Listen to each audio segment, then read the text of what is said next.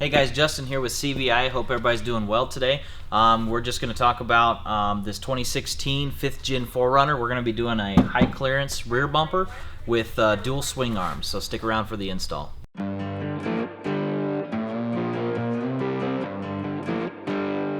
Okay, we're going to take a few minutes to talk about the details of what you're going to need to cut this rear bumper. It's not too bad. There's a lot of different dimensions, but just follow along step by step and you'll get the confidence you need to make these cuts. So on the beginning, we're using this line as a reference, as a factory body line.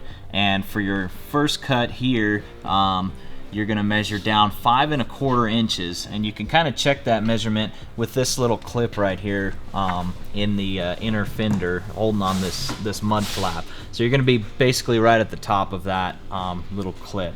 And as you come around, now kind of where this line makes a 90, basically 5 3/4 inches is going to be the bottom of your tape line.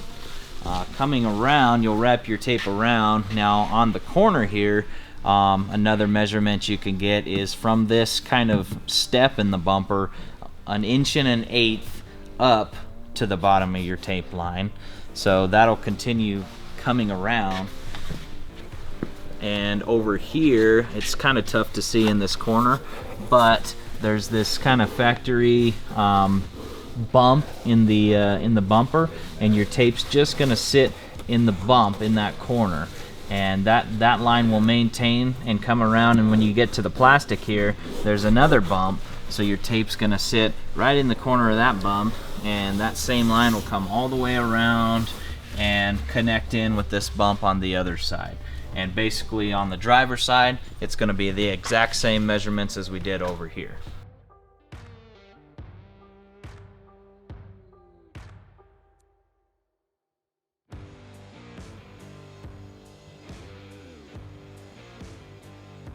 Okay, so everything's cut. So now the next step is we're gonna pull out some clips and 10mm bolts to get this plastic to come down. So there's a couple clips up under here that hold this gray piece on. 10mm bolt here, and there's a few over here.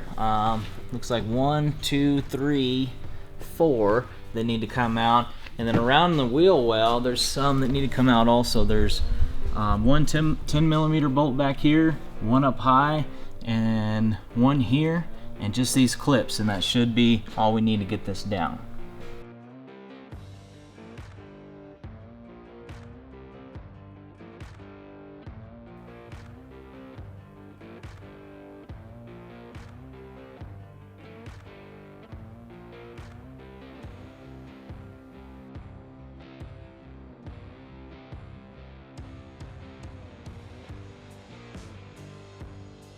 Okay, so now that we got the plastic down, a couple things we need to do is remove the factory hitch.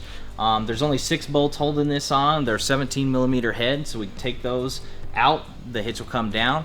And then over here on the exhaust, you got a couple options. It needs to come out of the hanger in order for the bumper to come on, so you can either remove it from the hanger or cut it off, and we'll get to the reinstall later after the bumper.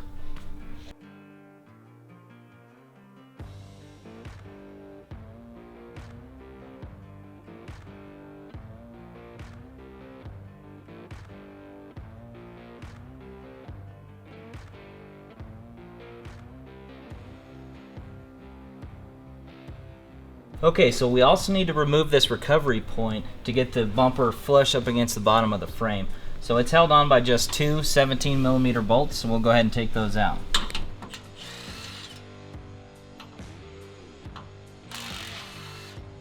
Okay, so just a couple more things that we need to do in order to get the bumper on. There's these tabs here, a couple of options. You can either cut it off right here, or you can push it pretty hard and bend it in the up position, up out of the way. There's one on each side, so this is passenger. There's another one on the driver's side. There's also these 2 brackets right here that we need to remove, and they're each held on by 3 12mm bolts. There's going to be 2 on the upper side, and then there's going to be 1 underneath. And it's the same for both sides.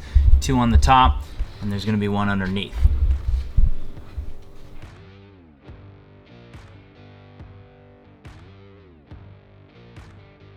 All right, so just a quick tech tip is after you've kind of made all your cuts and you've done your test fitting and you know that you're done cutting, you've done all the sanding you need to do, it's a really good idea to, especially with this plastic surface, to take like a razor knife or a deburr tool and really go down every edge and just get as much of the material as you can off of the vehicle, because when you install your trim, it's going to make your life a lot easier.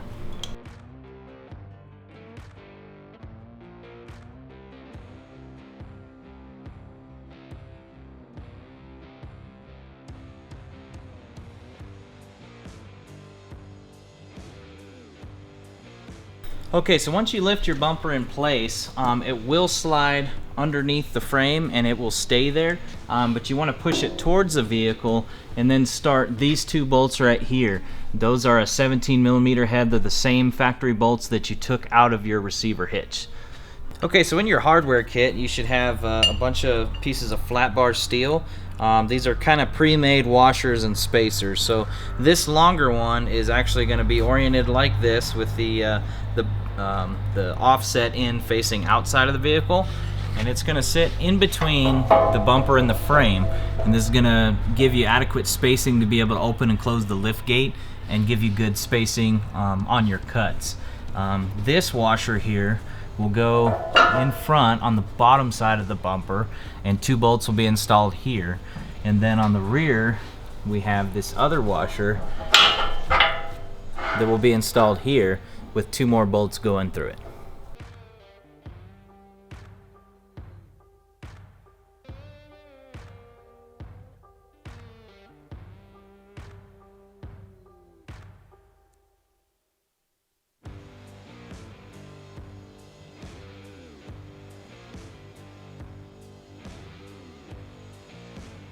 Okay, so we're getting everything prepped to go on the high clearance bumper. A good idea, since the bearings fit so tight in this, is we're taking a drill with just a sanding drum on here, and we're just kind of cleaning out any debris in here left over from powder coating or manufacturing, whatever the case may be. So you want to make sure that this is super clean in here, so that the bearings go in and fit right.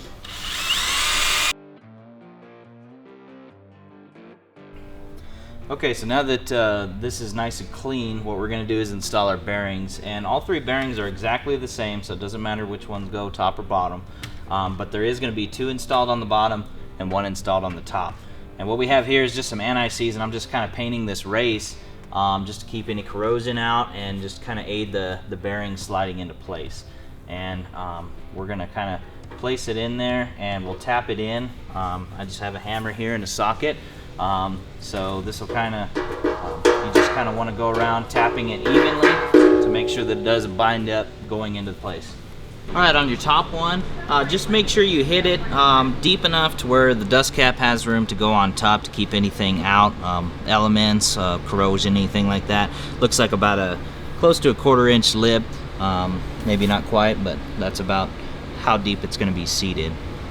Okay, just like we did with the race, on this spindle you want to make sure everything's clean of debris. So if you have some Scotch-Brite, steel wool, emery cloth, anything like that will work. We don't have any major stuff on here, so I basically just kind of have an adhesive remover, and I'm just going through. Next step, we'll coat this with the anti-seize, and we'll get that swing arm pounded on here.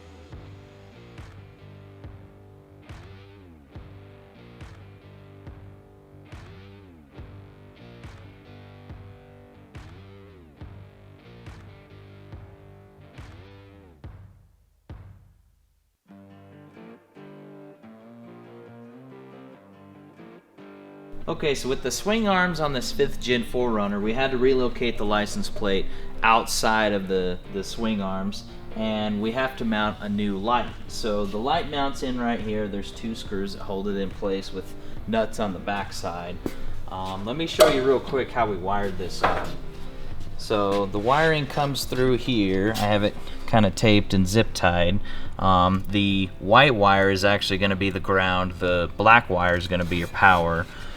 You want a nice wire loom or kind of mesh protectant for the wire, but it comes through these holes here, and then we have it zip tied holding it here, and then it goes behind this mount right here, and then we have it zip tied again in 2 places down here to keep this tight.